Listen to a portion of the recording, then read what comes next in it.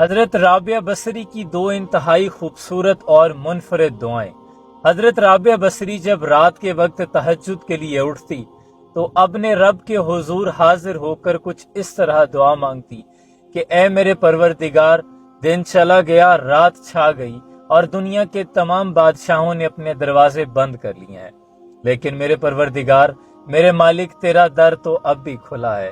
تیری بندی تیرے در پر اپنے دامن کو پھیلائے حاضر ہے، تو میرا دامن اپنی رحمت سے بھر دے۔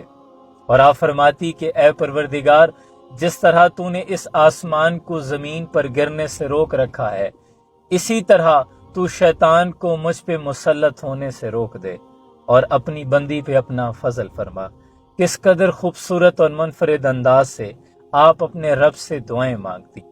اللہ کو اپنی اس بندی پر کس قدر شفقت اور پیار آتا ہوگا اور کس قدر وہ رحم کرتا ہوگا۔ اللہ کریم سے اسی انداز میں اس کی حمد و ثنا کے بعد ہمیں بھی چاہیے کہ دعائیں مانگا کریں۔